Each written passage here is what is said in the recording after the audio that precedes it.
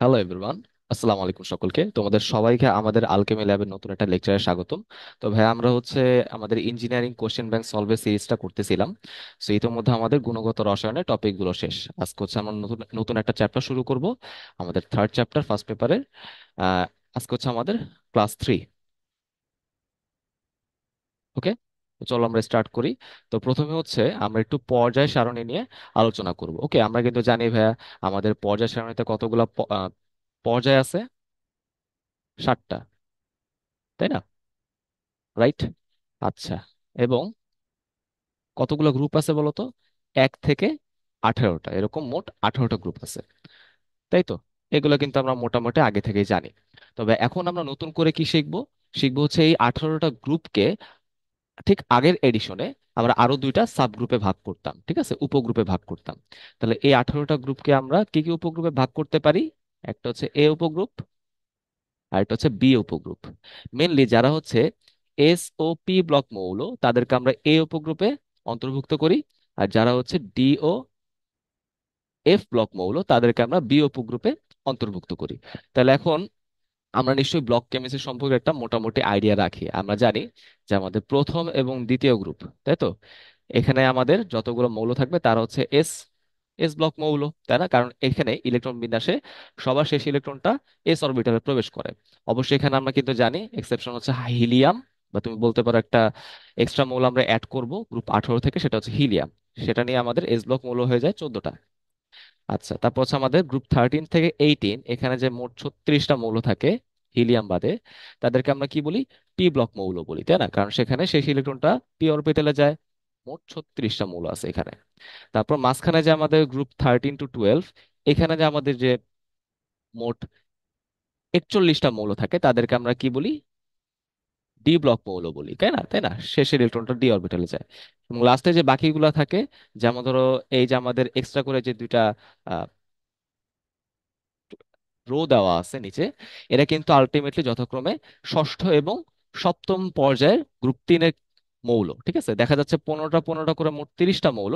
But এরা কিন্তু সবাই এফ ব্লক মৌল না, তাই না? কারণ কি? কারণ এদের সবার ইলেকট্রন বিন্যাসে শেষ ইলেকট্রনটা এফ অরবিটালে প্রবেশ করে না। যেমন ধরো এখানে ল্যান্থানাম বা ল্যান্থানিয়াম, অ্যাক্টিনিয়াম আর থোরিয়াম, এদের শেষ ইলেকট্রন কিন্তু যথাক্রমে 5d1 এবং 6d2 তে প্রবেশ করে। সো এই দুটো আমাদের ডি ব্লকের মধ্যে চলে গেল, তাহলে থাকলো কয়টা? 27টা। তাহলে আমরা কিন্তু বিষয়টা তাহলে বুঝতে পারলাম, মোটামুটি একটা আইডিয়া রাখতে পারলাম।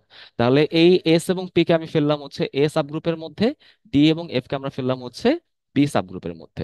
তাহলে এদেরকে আমরা কিভাবে ভাগাভাগি করে দিতে পারি? তাহলে বুঝতে পারতেছি, ওয়ানটা হবে আলটিমেটলি 1A, আমরা রোমান লেটারে প্রকাশ করব।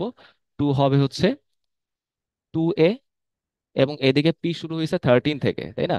সো 13 হবে 3A। একই রকম ভাবে 14 হবে 4A,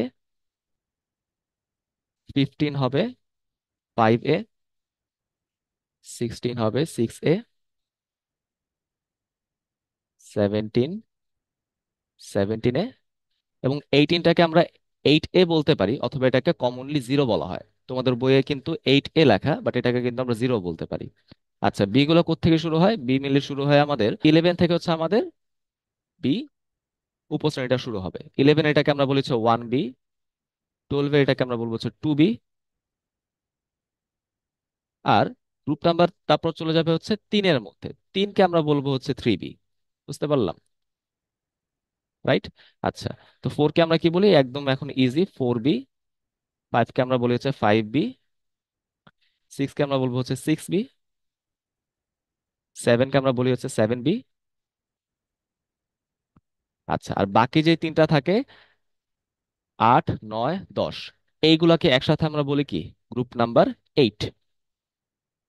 ঠিক আছে, 8, 9, 10-কে আমরা গ্রুপ নাম্বার 8 বলে থাকি। বুঝতে পারলাম বিষয়টা? আচ্ছা, এবার যদি আসি, কোন পর্যায়ে কতগুলো করে মৌল থাকে, এটাও আমাদের একটু জানা থাকা দরকার। এটাও আশা করি তোমরা আগেই পড়ে ফেলছো। দেখো, গ্রুপ নাম্বার পর্যায় নাম্বার প্রথমে, প্রথম পর্যায়ে কতগুলো মৌল থাকবে? 2টা। দ্বিতীয় পর্যায়ে থাকে 8টা, তৃতীয় পর্যায়ে 8টা, 4 আর 5-এ থাকে 18টা করে, আর 6 আর 7-এ থাকে 32টা করে। ওকে, তাহলে কি বুঝলাম? সবচেয়ে কম কই থাকে? পর্যায় নাম্বার এক, এই জন্য এটাকে আমরা বলি অতি হ্রস্ব পর্যায়। দুই এবং তিনে থাকে তার থেকে একটু বেশি, তাই এটা হচ্ছে হ্রস্ব পর্যায়। চার এবং পাঁচে থাকে 18টা করে, এটা একটু বেশি, তাই হচ্ছে দীর্ঘ পর্যায়। এবং সবচেয়ে বেশি থাকে ছয় এবং সাতে, সেটা হচ্ছে 32টা করে, তাই এটা হচ্ছে অতি অতি দীর্ঘ পর্যায়। ওকে, তো এখানে যে আমি সংখ্যাগুলো লিখলাম এগুলো আমরা একটু মনে রাখবো, সামনে কিন্তু আমাদের প্রয়োজন হবে। আচ্ছা আচ্ছা, তো চলো আমরা আগাই। এবার হচ্ছে আমাদের পর্যায় সারণীতে আমরা একটা মৌলের অবস্থান কিভাবে নির্ণয় করতে পারি। সো ইলেকট্রন বিন্যাস আমাদের যদি জানা থাকে তাহলে কিন্তু খুব ইজিলি আমরা পর্যায় সারণীতে কোনো মৌলের অবস্থান নির্ণয় করতে পারবো।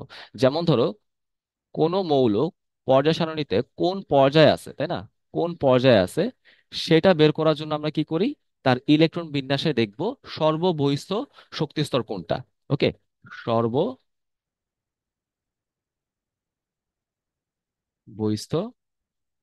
শক্তিস্তর বা কক্ষপথ। তাহলে আমাদের কাজ হয়ে গেল। যেমন ধর আমি যদি তোমাকে একটা এক্সাম্পল দিই, লেটস সে সোডিয়াম। সোডিয়াম হচ্ছে 11টা ইলেকট্রন। তাহলে এটা কিরকম হচ্ছে ইলেকট্রন বিন্যাসটা? আউবাউ নীতি অনুযায়ী 1s2, 2s2, 2p6 হয়ে গেল 10টা, তারপর হচ্ছে আমাদের 3s1। ওকে, তা আশা করি ভাই জিনিসটা বুঝতে পারলাম। আচ্ছা, তাহলে দেখো এখানে ইলেকট্রন হচ্ছে লাস্ট কোন কক্ষপথে প্রবেশ করলো। হ্যাঁ, মানে তুমি পুরো ইলেকট্রন বিন্যাসটা করে দেখার পর দেখবা এন এর হায়েস্ট মান কত। কত? এখানে 3, তার মানে এটা হচ্ছে কত পর্যায়ে আছে? 3 নাম্বার পর্যায়ে আছে, তাই না? রাইট, তাহলে এটা পর্যায় হচ্ছে 3। এটুকু আমরা কিন্তু বুঝতে পারলাম। এই প্রশ্ন হচ্ছে আমরা যদি গ্রুপ নির্ধারণ করতে চাই, তাহলে গ্রুপটা মিলিয়ে নির্ধারণ করতে পারবো হচ্ছে অ্যাকর্ডিং টু দেয়ার ব্লক। যেমন ধর আমি যদি এস ব্লকের কথা চিন্তা করে দেখি, তাহলে এস ব্লক মৌলদের ক্ষেত্রে গ্রুপ নির্ধারণ করা খুবই ইজি। আমি যদি তাদের ইলেকট্রন বিন্যাসে সর্ববহিঃস্থ শক্তি স্তরে শুধুমাত্র এস পাই, তাহলে ওই এস এর মধ্যে যতগুলো ইলেকট্রন সেটাই হচ্ছে তার গ্রুপ নাম্বার। ওকে, তাহলে সর্ববহিঃস্থ শক্তি স্তরে যদি শুধুমাত্র এস অরবিটাল থাকে, তার মধ্যে একটা বা দুইটা যতগুলো ইলেকট্রনে থাকবে সেটাই তার গ্রুপ নাম্বার। যেমন সোডিয়ামের ক্ষেত্রে দেখো, 3 নাম্বার শক্তি স্তরে জাস্ট এস আছে, সো এস এর মধ্যে একটা ইলেকট্রন, তাহলে সে কোন গ্রুপে আছে বলো তো? সে গ্রুপ ওয়ানে আছে, তাই না? এটাই তো বোঝায়। আচ্ছা, গেল। এরপর হচ্ছে আমাদের পি ব্লক। পি ব্লকের ক্ষেত্রে কি হবে? খেয়াল করে দেখো। আচ্ছা, এটা আমি সাথে সাথে হচ্ছে যে আগের যে ক্লাসিফিকেশন এ বি সেটাও বলে দিই, যে এটার ক্ষেত্রে কি হবে। এটার ক্ষেত্রে হচ্ছে এই এস এর ইলেকট্রনটা হচ্ছে গ্রুপ নাম্বার, রাইট, 1 2 এরকম। আবার হইতে পারে সেটা গ্রুপ 1 অথবা গ্রুপ 2। ওকে, আর যদি তুমি পুরান মতবাদ অনুযায়ী চিন্তা করে দেখো সেটা কিরকম হবে। 1 হলে সেটা হচ্ছে 1A, 2 হলে সেটা হবে 2A, এরকম। আচ্ছা, পি ব্লকের ক্ষেত্রে কিরকম হবে? যদি সর্ববহিঃস্থ শক্তি স্তরে এস এবং পি দুইটা অরবিটালই থাকে, তাহলে তাদের মধ্যে ইলেকট্রনের সমষ্টি। ওকে, আমার যদি এস এটার মধ্যে যদি ইলেকট্রন থাকে এবং পি এটার মধ্যে যদি আমাদের ইলেকট্রন থাকে, তাহলে আমি এস এবং পি কে যোগ করেই ইলেকট্রন সংখ্যা কাউন্ট করে ফেলবো। ওকে, ওকে, এখন দেখো এখানে একটু খেয়াল করে এস এবং পি কে যোগ করার পর যে সংখ্যাটা পাবো সেটা কিন্তু আমাদের আগের মতবাদ অনুযায়ী, ঠিক আছে, আগের পর্যায় সারণীতে আমরা গ্রুপটা পাবো। যেমন ধর আমি যদি তোমাকে একটু দেখাইতে চাই, লেটস সে আমি এখানে ফসফরাস দেখাচ্ছি। ওকে, ফসফরাস। তো ফসফরাসের 15টা electron, 1s2, 2s2, 2p6, 3s2, 3p3, তাই না? তাহলে খেয়াল করে দেখো, সর্ববহিঃস্থ শক্তি স্তরে এস আছে এবং পি আছে, সো এস এর দুইটা, পি এর তিনটা যোগ করে কত হলো? 5। তার মানে এখানে আগের মতবাদ অনুযায়ী সে কত নম্বর গ্রুপে আছে? 5-এ আছে। তাহলে এটা কত হবে? 5A, যেহেতু পি অরবিটাল মানে পি ব্লক মৌল। আচ্ছা, কিন্তু নতুন মতবাদ অনুযায়ী আমরা এখানে কিন্তু শুধু এস আর পি নেই না, সাথে কিন্তু 10 যোগ করে তার গ্রুপ সংখ্যা নির্ধারণ করি। বুঝতে পারছো? আমাকে কিন্তু 10 যোগ করতে হবে। এখন প্রশ্ন করতে পারবে কেন যোগ করতে হবে? কারণ মাঝখানে কিন্তু 10টা ঘর নাই, সেই 10টা ঘর কিন্তু ডি ব্লক মৌল অকুপাই করে ফেলে, তাই না? অথবা সেটা খালিও থাকতে পারে। তো সেই ক্ষেত্রে কি হবে? সেই ক্ষেত্রে আমাদের গ্রুপ নাম্বারটা হবে হচ্ছে 15, তাই না? গ্রুপ নাম্বারটা কিন্তু এই ক্ষেত্রে দেখো 15 হয়ে যাবে না? রাইট। আচ্ছা, বুঝলাম আশা করি। এবার হচ্ছে আমাদের ডি ব্লক মৌল।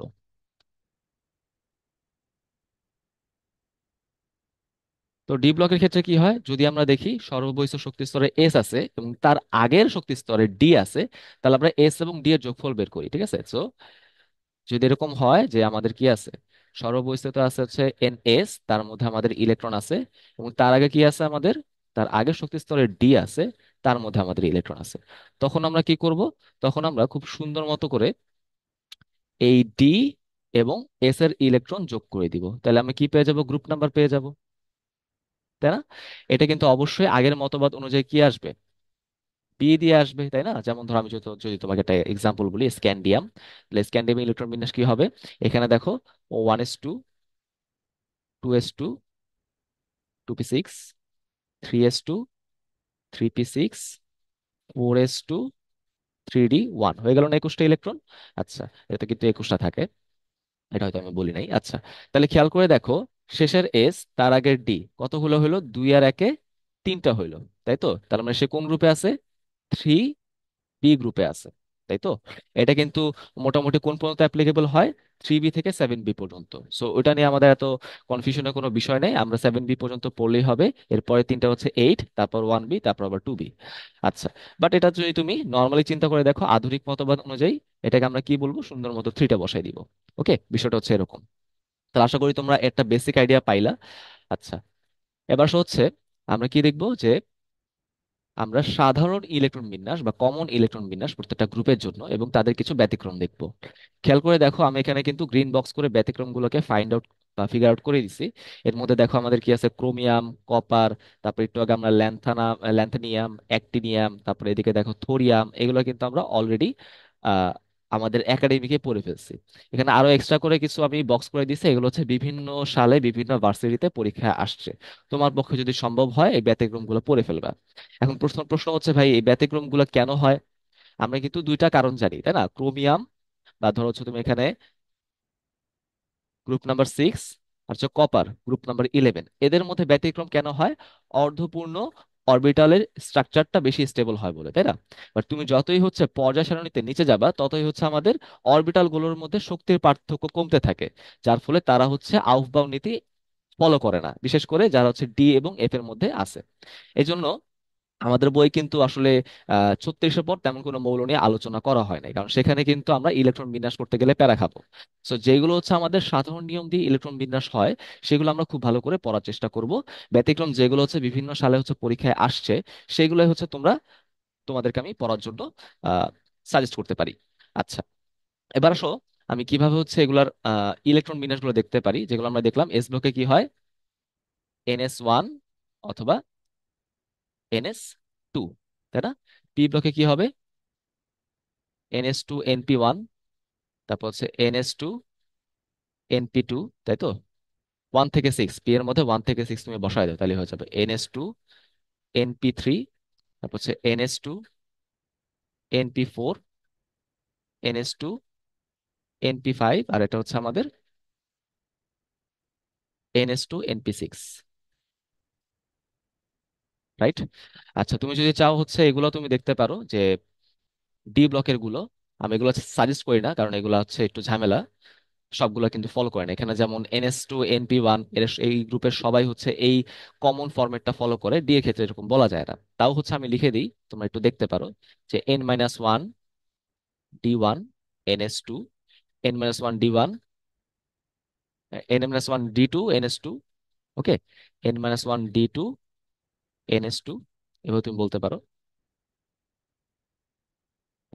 N-1 D3 NS2। তাহলে এটা কি হবে, N-1 D4 NS2? না, এটা তো অর্ধপূর্ণ গঠন তৈরি করতে চায়, সো এটা হয়ে যায় হচ্ছে N-1 D5 NS1। বুঝতে পারছো? আচ্ছা, এরপরটা আবার আগের মতো N-1 D5 NS2, right? N-1 D6 NS2, N-1 D7 NS2, N-1 D8 NS2। এটা কি N-1 D9 NS2 হবে? না, এখানেও কিন্তু আবার ওই অর্ধপূর্ণ পূর্ণের বিষয়টা চলে আসে, এটা হয়ে যায় N-1 D10 NS1, পরেরটা আবার D10 NS2।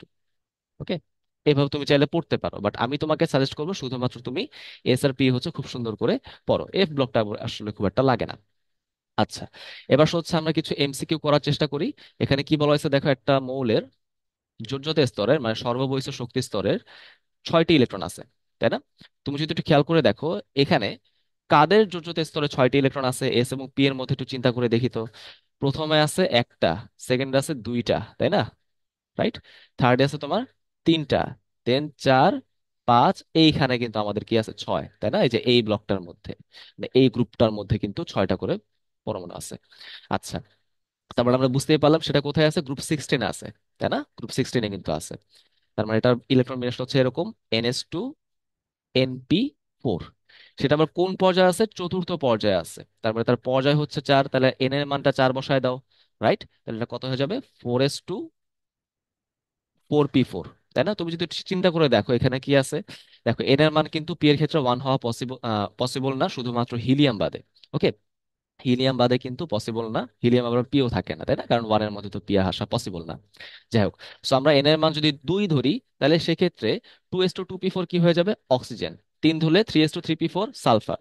আর যদি 4 হয়, 4s2 4p4 কি হবে, সেলেনিয়াম হবে। রাইট, এটা কিন্তু কি হয়ে যাবে আমাদের, সেলেনিয়াম হয়ে যাবে, উত্তর 4।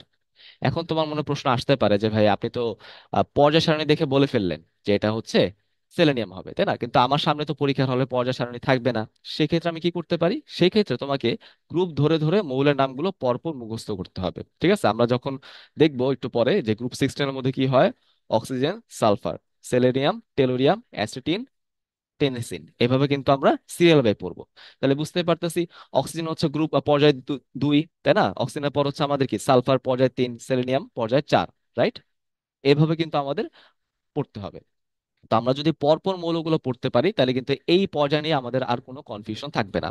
তো আশা করি ভাই তোমরা এই জিনিসটা বুঝতে পারছো।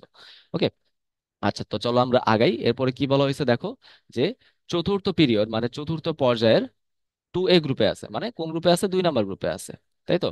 উপস্থিত মৌলটির ইলেকট্রন বিন্যাস কি হবে, তাহলে বুঝতেই পারতেছি যে এই মৌলটা 2 নাম্বার গ্রুপে থাকে, তার ইলেকট্রন বিন্যাস কি হয়, তার ইলেকট্রন বিন্যাস হবে হচ্ছে NS2, এই ফরম্যাটে। এখন দেখে এন এর মানটা কত, চতুর্থ পিরিয়ড বলছে মানে 4s2। দেখি কোথায় আমাদের 4s2 আছে, অপশন 1-এ, তাই না? অপশন 1-এ কিন্তু আমাদের 4s2 আছে। তাহলে দেখো তো আগের অরবিটাল গুলো কি ফিল আপ আছে কিনা, তাহলে আমাদের এটাই উত্তর হয়ে যাবে। হ্যাঁ, ফিল আপ না থাকলে আবার অপশন 4 উত্তর হয়ে যেত। দেখি তো, 1s2 2s2 2p6 3s2 3p6, কথা ঠিক আছে, তার মানে উত্তর হচ্ছে এইটা। ওকে, এটা কিন্তু আসলে একটা ক্যালসিয়াম, তাই না? ইলেকট্রন গুলো দেখো 20টা আছে, তো এটা কিন্তু ক্যালসিয়াম। আচ্ছা, এখন চলে আসো পরেরটা, সেটা কি বলা হয়েছে, আমাদের একটা পরমাণুর ইলেকট্রন কনফিগারেশন দেওয়া আছে, 1s2 2s2 2p6 3s2 3p6 3d5 4s1। তাহলে আমরা কি দেখি এটা কোন ফরম্যাটে আছে, এটা কিন্তু আছে হচ্ছে n-1d ns ফরম্যাটে, তাই না? n-1d এনএস ফরম্যাটে। দেখো, ডি এর মাথায় 5টা ইলেকট্রন, এস এর মাথায় একটা ইলেকট্রন, তাহলে সে কোন গ্রুপে আছে, সে কিন্তু 6 নাম্বার গ্রুপে আছে, তাই তো? বাট এখানে দেখো সব কিন্তু আমাদের আগের এডিশন অনুযায়ী দেওয়া হয়েছে, আগের ফরম্যাট অনুযায়ী। সো আমরা কিন্তু এখানে এ বি একটু আলাদা করি। যেহেতু এটা একটা ডি ব্লক মৌল, যেহেতু লাস্ট ইলেকট্রন ডি তে প্রবেশ করলো, সো এটা কিন্তু বি এর মধ্যে আছে, তাহলে দাঁড়াইলো কি, 6 নাম্বার গ্রুপ, কিন্তু সেটা বি উপশ্রেণী, 6b। ওকে, এবং খেয়াল করে দেখো এর সবচেয়ে বাইরের শক্তি স্তর কোনটা, 4। তার মানে এটা কত, কোন পর্যায়ে আছে, চতুর্থ পর্যায়ে আছে। ওকে, তাহলে 6b ফোর্থ কোথায় আছে, আমাদের অপশন C। এটা হলো আমাদের উত্তর। আচ্ছা, গেল। আচ্ছা, এর প্রশ্ন হচ্ছে, যে কোনো মৌলের পারমাণবিক সংখ্যা আমি কিভাবে বের করতে পারি? যদি 36 পর্যন্ত আসে, খুব ইজিলি আমাদের মুখস্থ জ্ঞান থেকে আমরা সেটা বের করতে পারবো। যদি 36-এর বাইরে আসে, যেটা কমনলি আসতে দেখা যায় হ্যাঁ আমাদের ইঞ্জিনিয়ারিং টেস্টে, সেই ক্ষেত্রে আমি কি করতে পারি? সেই ক্ষেত্রে আমাদের দুইটা জিনিস শিখতে হবে।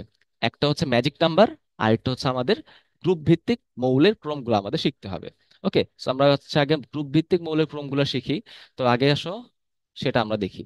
তো প্রথম কথা হচ্ছে আমরা একদম শুরুতে শিখবো কি, group number 1। So group number 1-এ কতগুলো মৌল আছে বলো তো ভাইয়া, 7টা মৌল আছে, তাই না? কে কে আছে বলো তো দেখি। এইটাই হচ্ছে আমরা এখন ছন্দ দিয়ে শিখবো। ছন্দটা কি, দেখো আমি এখানে লিখে রাখছি। এখানে শুরুতে কি হবে, হাই হবে, হ্যাঁ। আচ্ছা, হাইটা এখানে লিখি নাই, কারণ আছে। তাহলে আমাদের ছন্দটা হচ্ছে এরকম যে, হাই লিনাকে রুবি সাজাবে ফ্রান্সে। ওকে, হাই লিনাকে রুবি সাজাবে ফ্রান্সে। তাহলে হাই দিয়ে হাইড্রোজেন, লিনা লিথিয়াম সোডিয়াম, কে দিয়ে পটাশিয়াম, রুবি হচ্ছে রুবিডিয়াম, সাজাবে হচ্ছে সিজিয়াম, আর ফ্রান্সে হচ্ছে ফ্রান্সিয়াম। তাহলে খেয়াল করে দেখো, এই 7টার মধ্যে আমাদের একটা এক্সেপশন আছে। এক্সেপশনটা কি, এক্সেপশন হচ্ছে হাইড্রোজেন। কেন এটাকে আমরা ভাই এক্সেপশন বললাম, কারণ বাকি 6টা মৌল হচ্ছে আসলে ক্ষারীয় প্রকৃতির। এই জন্য বাকি 6টা মৌলকে আমরা কি বলতে পারি, ক্ষার ধাতু বলতে পারি। ওকে, তাহলে এটা হচ্ছে আসলে ক্ষার ধাতুর গ্রুপ। তাহলে মনে রাখবো, গ্রুপ 1-এ আসে 7টা মৌল, বাট তার মধ্যে ক্ষার ধাতু কিন্তু 6টা, হাইড্রোজেন কিন্তু একটা অধাতু। গেল।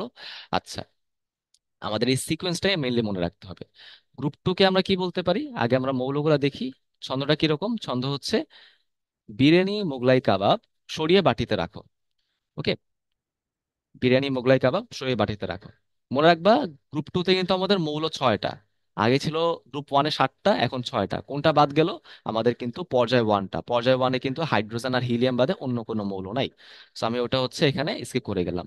তো সেকেন্ড থেকে শুরু করলাম। বিরিয়ানি দিয়ে হচ্ছে বেরিলিয়াম, মোগলাই দিয়ে হচ্ছে ম্যাগনেসিয়াম, কাবাব দিয়ে হচ্ছে ক্যালসিয়াম, সরিয়ে দিয়ে হচ্ছে স্ট্রনশিয়াম, বাটিতে দিয়ে হচ্ছে বেরিয়াম, আর রাখোতে দিয়ে হচ্ছে আমাদের রেডিয়াম। ওকে, এই গ্রুপ টু এর অপর নাম কি? এটাকে আমরা বলতে পারি হচ্ছে মৃৎক্ষার ধাতু।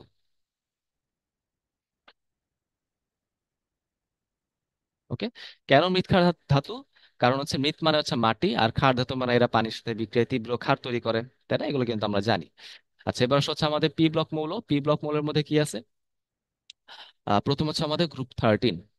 গ্রুপ 13 কে আমরা কি বলতে পারি? বোরন ফ্যামিলি বলতে পারি। হ্যাঁ, আচ্ছা, যাই হোক। গ্রুপ 13 এর মধ্যে কোন কোন পরমাণুগুলো আছে বা কোন কোন মৌলগুলো আছে দেখো। বর এলো গেল ইন্ডিয়া থেকে নেপাল। ওকে, তাহলে শুরু করি আবার একই জিনিস, দ্বিতীয় পর্যায় থেকে শুরু করব। বর দিয়ে বোরন, এলো দিয়ে হচ্ছে অ্যালুমিনিয়াম, গেল দিয়ে হচ্ছে গ্যালিয়াম, ইন্ডিয়া দিয়ে হচ্ছে ইন্ডিয়াম, থেকে দিয়ে হচ্ছে আমাদের থ্যালিয়াম, আর হচ্ছে নেপাল দিয়ে হচ্ছে নিহোনিয়াম। এই ছয়টা। একই রকম ভাবে 14কে আমরা বলতে পারি হচ্ছে কার্বন ফ্যামিলি, কারণ শুরুতে কার্বন দিয়ে শুরু হয়। তাহলে এটা ছন্দটা কি? ছন্দটা হচ্ছে কাশি গেলে সোনা পাবে ফিরে। আসো তাহলে এটাও কিন্তু সেকেন্ড পর্যায় থেকে শুরু হবে। কাশি দিয়ে হচ্ছে কার্বন, হ্যাঁ, কা দিয়ে কার্বন, আর সি দিয়ে হচ্ছে সিলিকন, তাই তো? গেলে দিয়ে হচ্ছে জার্মেনিয়াম, সোনা দিয়ে হচ্ছে স্ট্যানাম বা টিন, পাবে দিয়ে হচ্ছে আমাদের লেড, আর ফিরে দিয়ে হচ্ছে আমাদের ফ্লেরোভিয়াম, এফএল। ওকে, আচ্ছা, এবার হচ্ছে 15। 15 নাম্বার গ্রুপে আমাদের আবার ছয়টা মৌল থাকে। তাদেরকে আমরা কি বলতে পারি? তাদেরকে আমরা বলি হচ্ছে নিকটোজেন। ওকে, নিকটোজেন। এখন নিকটোজেন শব্দটা মানে হচ্ছে যারা শ্বাসরোধ করে, শ্বাসরোধকারী বস্তু। এটা ছন্দটা কি? এটা ছন্দ হচ্ছে দেখো, নলকূপের পানিতে আর্সেনিকের আর্সেনিক সর্বোচ্চ বিষাক্ত মাত্রায় আছে। হুম, সর্বোচ্চ বিষাক্ত মাত্রায় আছে।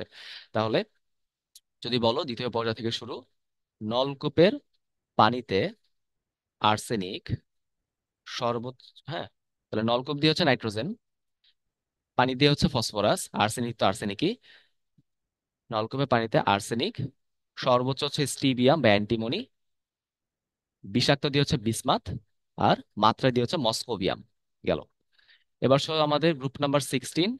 16 মৌলগুলোকে আমরা কি বলতে পারি? চ্যালকোজেন।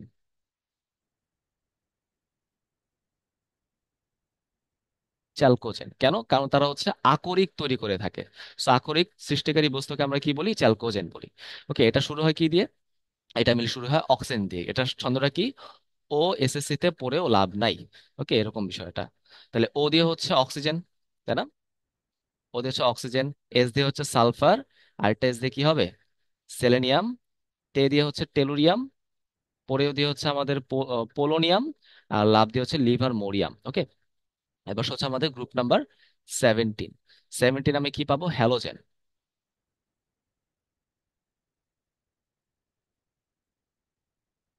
ওকে, হ্যালোজেন, তাই তো? এখন হ্যালোজেনকে কিন্তু আমরা নর্মালি মনে রাখতে পারি, তাও হচ্ছে আমি একটা ছন্দ তোমাদের বলে দিচ্ছি দেখো। ফ্লোরা চলো, ভ্রমর আইলো এটিএন বাংলায়। ওকে, তাহলে ফ্লোরা দিয়ে হচ্ছে আমাদের ফ্লোরিন, চলো দিয়ে হচ্ছে ক্লোরিন, ভ্রমর দিয়ে হচ্ছে ব্রোমিন, আইলো দিয়ে হচ্ছে আয়োডিন, আর এটিএন এর এ দিয়ে হচ্ছে অ্যাসিটিন, টি দিয়ে হচ্ছে টেনিসিন।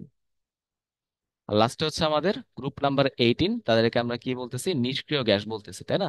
বা নোবেল গ্যাস, তাই না? বা অভিজাত গ্যাসও কিন্তু বলা যায়, নিষ্ক্রিয় গ্যাস। আচ্ছা, এদের মধ্যে কি পাবো? এটাকে আমি কিভাবে মনে রাখতে পারি? দেখো, এটার জন্য ছন্দ দিছি যে হেনা আর কারিনার জীর্ণ রোগ আছে, মানে বার্ধক্যজনিত রোগ আছে। তাহলে হেনা, হেনা দিয়ে কি হলো আমাদের? হিলিয়াম। এটা কিন্তু আবার প্রথম পর্যায় থেকে শুরু, তাই না? তো প্রথম পর্যায়ে কি আছে? হিলিয়াম। না দিয়ে, হেনার মধ্যে না দিয়ে হচ্ছে নিয়ন, আর দিয়ে হচ্ছে আর্গন। কারিনার মধ্যে ক্রিপ্টন। জীর্ণ দিয়ে হচ্ছে আমাদের জিনন। রোগের আর দিয়ে হচ্ছে রেডন, আর ওক দিয়ে হচ্ছে অর্গানিজম। এভাবে কিন্তু আমরা চাইলে জিনিসগুলোকে সিরিয়াল বাই মুখস্থ রাখতে পারি। ওকে, সো এক, কোনটার পর কোনটা আসতেছে সেটাও কিন্তু আমাদের জানা দরকার আছে। ওকে, আচ্ছা, তো দেখো, আশা করি ভাই তোমরা জিনিসটা বুঝতে পারছো। এখন আমরা চলে আসবো হচ্ছে পরের পার্টে, সেটা কি? সেটা হচ্ছে আমাদের ম্যাজিক নাম্বার। হ্যাঁ, আচ্ছা। এখন ম্যাজিক নাম্বার গুলো কিভাবে কাজ করে একটু বলি আমি। আমরা যে দেখছিলাম মৌলের সংখ্যা 2 8 8 18 18 32 32, সেটাকে তুমি বাম দিকে যে এস ব্লকটা আছে তাদের ক্ষেত্রে এক ঘর নিচে নামায় দাও। তাহলে প্রথম ঘরটা খালি হয়ে গেল, তাই না? প্রথম ঘরে কোনো ম্যাজিক নাম্বার নাই। পরের ঘরে কি আসলো দেখো, 2 8 8 18 18, আর একটা 32 কিন্তু থেকে গেল। এই এগুলোকে আমরা কি বলি? ম্যাজিক নাম্বার বলি। কেন? কারণ একটু চিন্তা করে দেখো, তুমি যদি হাইড্রোজেন থেকে তার পরবর্তী মৌলতে যাইতে চাও, ওই যে হাইলিনাকে, তাই না? আমরা কিন্তু সিরিয়ালটা পড়ে ফেলছি, বাট সংখ্যাগুলো আমাদের পড়া হয়নি, সেটা এখন আমরা দেখার চেষ্টা করব। তাহলে হাইড্রোজেনের নিচে হচ্ছে লিথিয়াম, আমরা মুখস্থ করে ফেলছি। এখন লিথিয়ামের সংখ্যাটা কত? তুমি হাইড্রোজেনের সাথে খুব সুন্দর করে লিথিয়ামের সাথে যে ম্যাজিক নাম্বার আছে সেটা তুমি যোগ করে দিবা। একদম ইজি। তাহলে 1 আর 2 কত হয়? 3। যদি এখান থেকে তুমি আহ সোডিয়ামে যেতে চাও, তাহলে কি করবা? 3-এর সাথে সোডিয়ামের সাথে যে ম্যাজিক নাম্বার আছে সেটাকে তুমি যোগ করে দিবা। কত আসলো? 3 আর 8-এ হয় 11। একই রকম ভাবে 11 আর 8-এ হয় 19, এরকম ভাবে তুমি আগাইতে থাকবা। ওকে, বুঝতে পারলাম। তাই তুমি যদি গ্রুপ 2 এর কথা চিন্তা করো, তাহলে দেখো এখানে শুরু হয় বেরিলিয়াম দিয়ে। তুমি যদি বেরিলিয়াম থেকে ম্যাগনেসিয়ামে যেতে চাও, তাহলে ম্যাগনেসিয়ামের সাথে কোন সংখ্যাটা আছে? 8। তুমি কিন্তু এখানে 8 দিয়ে যোগ করবা, তাহলে 4 আর 8-এ কত হয়? 12। 12-এর সাথে 8 যোগ করলে কত হয়? 20, তাই না? সেটা হচ্ছে ক্যালসিয়াম। একই রকম ভাবে তুমি আগাবা। তাহলে আমরা কিন্তু গ্রুপ 1 2 এর জন্য ম্যাজিক নাম্বারটা বুঝতে পারলাম। ঠিক আছে তো? আচ্ছা, এবার তুমি আসো হচ্ছে আমাদের পি ব্লকের ক্ষেত্রে। এর ক্ষেত্রে আমাদের ম্যাজিক নাম্বারটা কি হবে? জাস্ট তুমি 2কে সরাই দাও, 2কে সরাই দিয়ে বাকিগুলোকে এক ঘর উপরে শিফট করে ফেলো। তাহলে কি হবে দেখো, এখানেও কিন্তু আমাদের প্রথম ঘরে কোনো ম্যাজিক নাম্বার হবে না। 2-এর জায়গায় চলে আসবে 8, পরে আবার 8, দেন হচ্ছে 18, 18, 32, 32। ওকে, বিষয়টা এরকম। যেমন ধরো তুমি নিষ্ক্রিয় গ্যাসগুলোর তুমি হচ্ছে পারমাণবিক সংখ্যাগুলো জানতে চাও, তো তোমার কাছে কি আছে? হিলিয়াম। এখন হিলিয়াম থেকে তুমি জানো হেনার নিয়ন হচ্ছে পরবর্তীতে আসবে। সো নিয়নে আমাদের পারমাণবিক সংখ্যা কত হবে? 2-এর সাথে হচ্ছে নিয়নের সাথে যে সংখ্যাটা আছে সেটাকে তুমি যোগ করে দিবা। তাহলে 2 আর 8-এ হয় 10। একই রকম ভাবে নিয়নের পরে যে আর্গন আছে, সে আর্গনে যেতে চাও, সো 10-এর সাথে 8 যোগ করে দাও, কত হয়? 18। ক্রিপ্টনে যেতে চাইলে 18 + 18 কত হয়? 36, তাই না? এভাবে তুমি আগাবা। একই রকম ভাবে তুমি যদি এখানে লেটস সে তুমি গ্রুপ 16-এ হচ্ছে বাকিগুলা ফাইন্ড আউট করতে চাও, তাই? আচ্ছা, তাহলে পর্যায় শুরুতে আছে আমাদের অক্সিজেন। অক্সিজেনের সংখ্যাটা কত? 8। এটা তো আমাদের অলরেডি জানা আছেই। দেন আমরা কি করব? অক্সিজেন থেকে আমি কোথায় যেতে চাই? সালফারে যেতে চাই। তাহলে কি করব? সালফারের সাথে যে সংখ্যাটা আছে সেটা আমি যোগ করে দিব। 8 আর 8 হয় 16। দেন যদি আমি সেলেনিয়ামে যেতে চাই, 16 আর 18 কত হবে? 34। টেলুরিয়ামে যেতে চাইলে 34 আর 18 কত হবে? 52। এরকম ভাবে তোমাকে আগাতে হবে। বুঝতে পারলাম? আচ্ছা, তাহলে এই হচ্ছে তোমার বিষয়টা। আশা করি ভাই এভাবে তোমরা হচ্ছে আমি যেগুলো হচ্ছে তোমাকে লিখে দিলাম ছন্দ দিয়ে, নাম মনে রাখতে পারলে তুমি সংখ্যা বের করতে পারবা ম্যাজিক নাম্বার দিয়ে। আচ্ছা, চলো আমরা আগাই। এরপর দেখা যাক আরো কিছু এক্সট্রা ফর্মুলা আছে, সেটা নিয়ে আমরা একটু পরে আলোচনা করব, সমস্যা নাই। এখন এখানে দেখো কি বলা হয়েছে, যে নিম্নোক্ত যে পারমাণবিক সংখ্যাগুলো দেওয়া আছে তাদের ইলেকট্রন বিন্যাস এবং অবস্থানগুলো দেখাইতে হবে। আচ্ছা, এখানে একটু খেয়াল করে দেখো, আমাদের যদি যদি এরকম করে র্যান্ডম কিছু সংখ্যা দিয়ে দেয়, তখন আমি কিভাবে কি আগাইতে পারি সেটা আমাদের একটু জানা দরকার। এই জন্য আমি কি করতে পারি? আমি ওই ম্যাজিক নাম্বার দিয়ে যে কোনো একটা গ্রুপ খুব সুন্দর করে পড়ে রাখবো, যাতে ওইটা আমাদের ঠোঁটের আগায় থাকে। যেমন ধরো আমাদের নিষ্ক্রিয় গ্যাসটা পড়াটা হচ্ছে বুদ্ধিমানের কাজ, কারণ ওগুলোর নাম হচ্ছে আমাদের এমনি মুখস্থ থাকে: হিলিয়াম, নিয়ন, আর্গন, ক্রিপ্টন, জেনন, রেডন, অর্গানিসন, তাই না? সো দেখো, তাহলে ওইটাই পড়া হচ্ছে আমাদের বুদ্ধিমানের কাজ। তো প্রথম হচ্ছে কি আমাদের হিলিয়াম। হিলিয়ামের আমাদের পারমাণবিক সংখ্যা কত? 2, তাই না? রাইট, এটার পারমাণবিক সংখ্যা হচ্ছে 2। তারপর হচ্ছে নিয়ন, আমি কি করতাম? এটার ম্যাজিক নাম্বার 8 দিয়ে যোগ করে ফেলে 10 করতাম।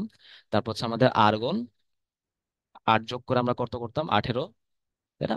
তারপর হচ্ছে এখানে আবার কত যোগ করতে হবে আমাকে? আহ 18, তাই না? 18 যোগ করতে হবে। সো ক্রিপ্টন, ক্রিপ্টন কত হইলো বলো তো দেখি? 36।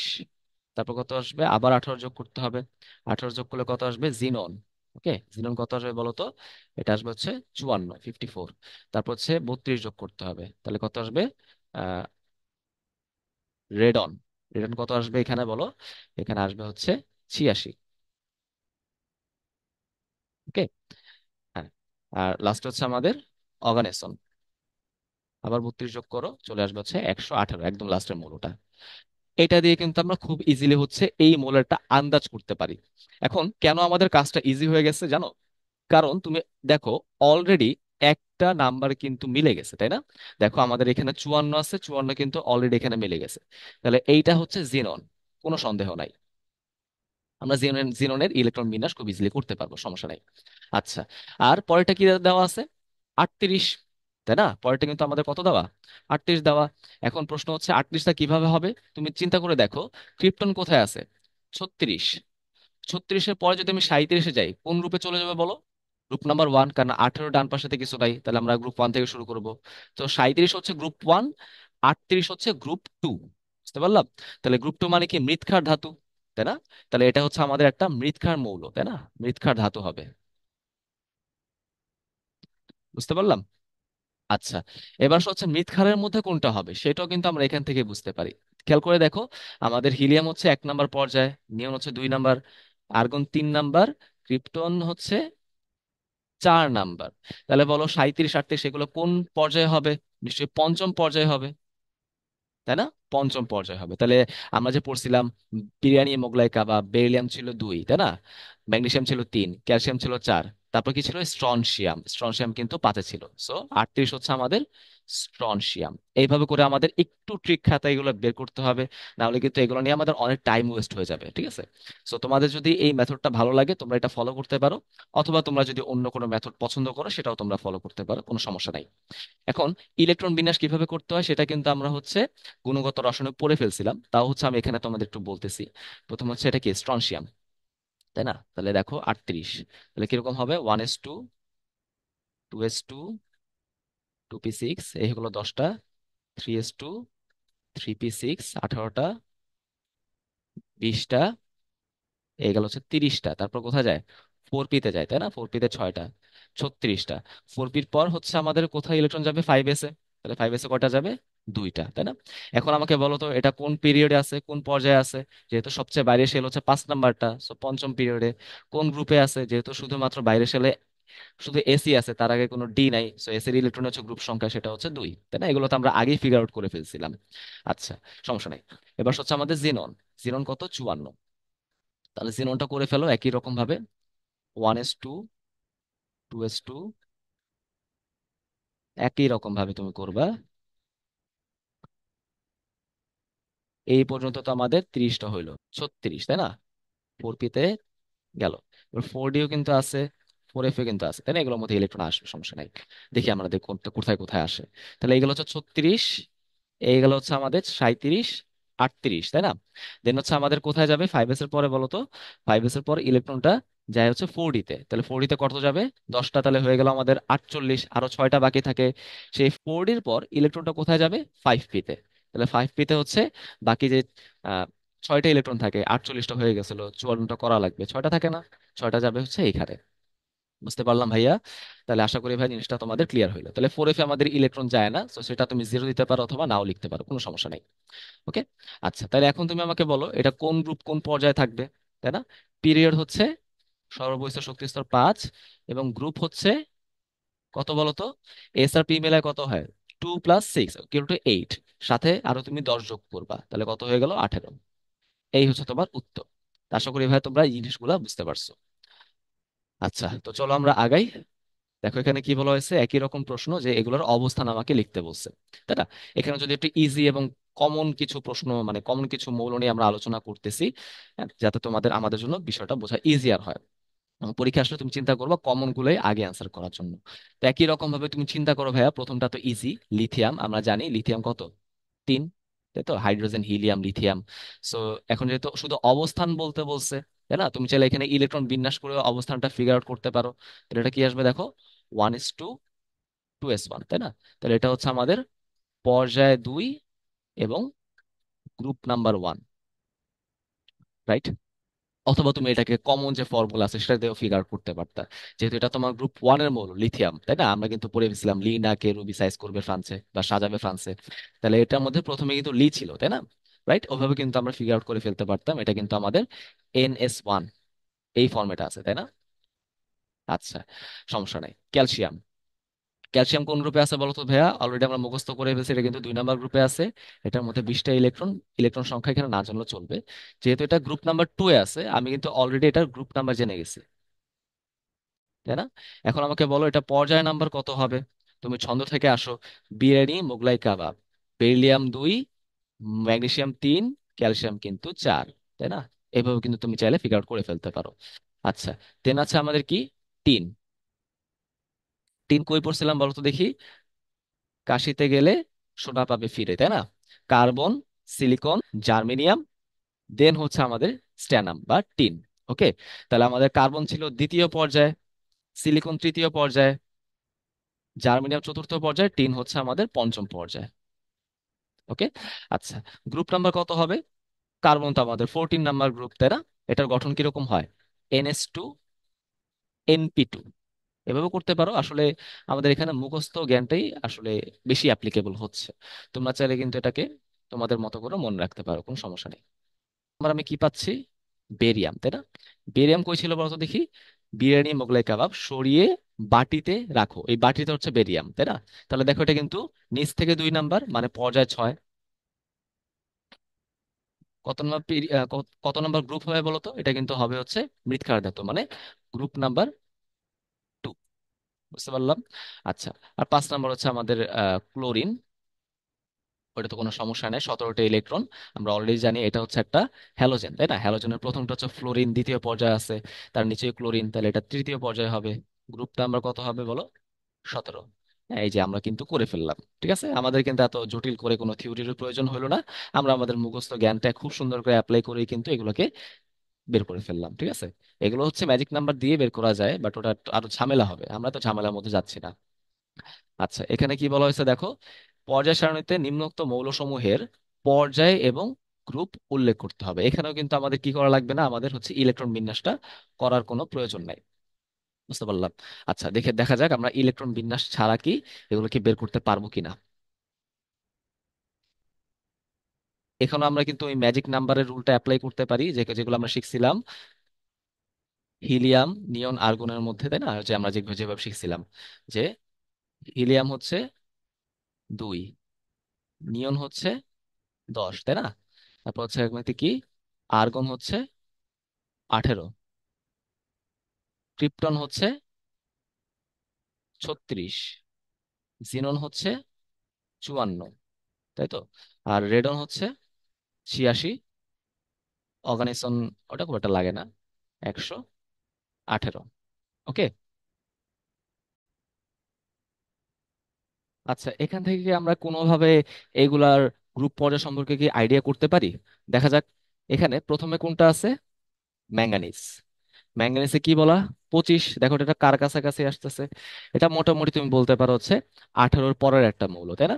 এবার চিন্তা করে দেখো, 18-র পর 19 হচ্ছে গ্রুপ 1, 20 হচ্ছে গ্রুপ 2, তাহলে 25 কততে আসবে? গ্রুপ 7, তাই না? রাইট, কাউন্টিং করে দেখো গ্রুপ 7 আসে। তাহলে ম্যাঙ্গানিজের গ্রুপটা হচ্ছে গ্রুপ 7। এটা গ্রুপ হচ্ছে 7। আচ্ছা, পিরিয়ড কত হবে বলো তো আমাকে একটু। দেখো আমরা কিন্তু আর্গনকে ক্রস করে গেলাম। আর্গন কত নাম্বার পিরিয়ডে ছিল? 3 নাম্বার। তাহলে ম্যাঙ্গানিজ নিশ্চয়ই তার পরেরটা 4 নাম্বার আছে, তাই না? এভাবে তুমি চাইলে করতেই পারো। আচ্ছা, পরেরটা আসো আয়োডিন। আয়োডিন কিন্তু ইজিয়ার হবে, কেন? কারণ আয়োডিন হচ্ছে 53, 53। দেখো আমাদের কিন্তু 54 অলরেডি এখানে বসে আছে, 54 ঠিক আগেরটা হচ্ছে 53। তার মানে 54 যে পর্যায়ে আছে, 53 ঠিক একই পর্যায়ে থাকবে, যেহেতু আগে আছে। আগে থাকা মানে কি, গ্রুপ 17-তে আছে, তাই না? আগেটা তো গ্রুপ 17। তাহলে দেখো আমাদের জিরন হচ্ছে পর্যায় নাম্বার কততে আছে? 5-এ আছে। সো এটা হচ্ছে আমাদের পিরিয়ড 5 এবং গ্রুপ নাম্বার 17। রাইট, গেল। এরপর আসলে হচ্ছে আমাদের রুবিডিয়াম। রুবিডিয়াম কত? 37। তো রুবিডিয়াম কিন্তু আমরা অলরেডি জানি মুখস্থ থেকেই যে এটা কিন্তু গ্রুপ 1-এ পড়বে, ক্ষার ধাতুতে পড়বে। তুমি কিন্তু এখান থেকে দেখতে পারো ক্রিপ্টনের ঠিক পরেরটাই, অর্থাৎ 18-র পর গ্রুপ 1, সেটাই হচ্ছে আমাদের রুবিডিয়াম। তাহলে রুবিডিয়াম হচ্ছে গ্রুপ 1-এ আছে। কত নম্বর পর্যায়ে? ক্রিপ্টনের ঠিক পরের পর্যায়ে, তার মানে পর্যায় নাম্বার 5। রাইট। আচ্ছা, তারপর হচ্ছে আমাদের ক্যাডমিয়াম। হুম, তারপর হচ্ছে ক্যাডমিয়াম। ক্যাডমিয়ামের জন্য কি চিন্তা করতে পারো? এখানে কত আছে? 48, তাই না? তাহলে 48 হলে সেটা কার সাথে, কার কাছাকাছি তুমি বলতে পারো এটা মোটামুটি ক্রিপ্টনের পরের পর্যায়ে আছে, তাই না? রাইট। তো ক্রিপ্টন হচ্ছে আমাদের 4 নাম্বার পর্যায়ে, এটা কত নম্বর পর্যায়ে আছে? 5 নাম্বার পর্যায়ে। রাইট। কত নম্বর গ্রুপে আছে একটু চিন্তা করে দেখো, একটু কাউন্টিং করে দেখো। 36-এর পরে 37 হচ্ছে গ্রুপ 1। 38 গ্রুপ 2, তাই না? এরকম ভাবে তুমি চিন্তা করে দেখো, তাহলে 48 কত আসবে? গ্রুপ 12, তাই না? তাহলে ক্যাডমিয়াম হচ্ছে গ্রুপ নাম্বার 12। ওকে। আচ্ছা, গেল। এরপর কি আছে আমাদের?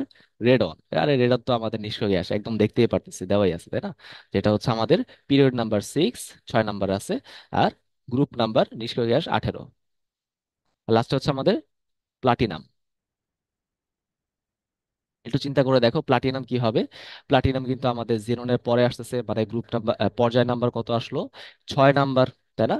এবং তুমি যদি এটা গ্রুপ নাম্বার একটু ক্যালকুলেট করে দেখো, একই রকম ভাবে তুমি কিন্তু বের করতে পারবা।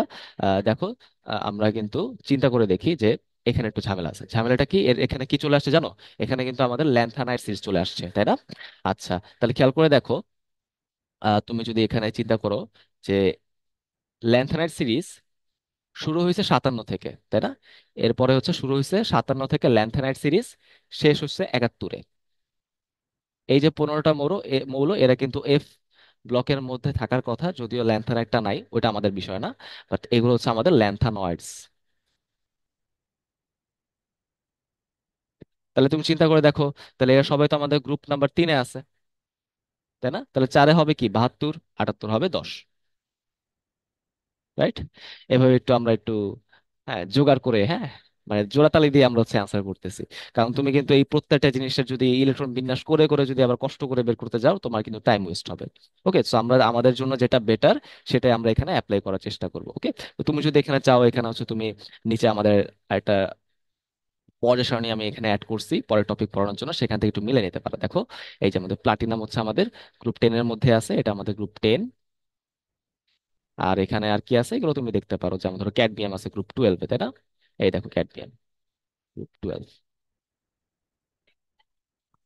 তাহলে বুঝতে পারলাম আশা করি এই টপিকটা তাহলে আমাদের গেল। চলো এসো ভাই, আমরা নেক্সট টপিকটা পড়ি, সেটা হচ্ছে বিভিন্ন গ্রুপের সাধারণ ধর্ম। ওকে, তো আমরা কিন্তু একাডেমিকে ভাই এই টপিকটা অনেক সুন্দর করে পড়তাম, ওই যে আমাদের অনুধাবনমূলক প্রশ্নের জন্য, বা মাঝে মাঝে গ বা ঘতেও কিন্তু চলে আসতো, তাই না? বাট আমাদের ইঞ্জিনিয়ারিং অ্যাডমিশন টেস্টের জন্য এই টপিকটা কিন্তু খুব বেশি ইম্পর্টেন্ট না। হ্যাঁ, তুমি যদি মেডিকেল এক্সাম দাও বা ভার্সিটিতে এক্সাম দাও, তাহলে এখান থেকে কিন্তু আমাদের বেশি কিছু পড়াশোনা আছে। ওকে, তো যাই হোক, আমরা যেহেতু প্রশ্ন ব্যাংকের প্রশ্নগুলোই মেনলি দেখতেছি, সো এখান থেকে আমরা যতটুকু দরকার ততটুকু শিখে ফেলবো। তো ভাই, এখানে আমরা কোন কোন গ্রুপের সাধারণ ধর্ম দেখব? মেনলি এস ব্লক মৌল, পি ব্লক মৌল এবং এফ ব্লক মৌল। ঠিক আছে, ডিটা আমরা নেক্সট লেকচারে দেখবো। সো এই তিনটা ব্লকের মধ্যে কি কি পড়া লাগবে সেগুলো আমি তোমাদেরকে একটু জানাই দিচ্ছি। প্রথম কথা হচ্ছে আমাদের এস ব্লক কারা আছে? গ্রুপ 1 এবং গ্রুপ 2 এর মৌলগুলো, তাই না? সাথে কি আছে? এই যে এখানে গ্রুপ 18-এর কিন্তু আমরা হিলিয়ামটাও এস ব্লকের মধ্যে ইনক্লুড করি। কেন? কারণ হিলিয়ামের ইলেকট্রন বিন্যাসে শেষ ইলেকট্রনটা কোথায় যাচ্ছে? এস অরবিটালে যাচ্ছে, 1s2, তাই না? এরকমই তো বিষয়টা।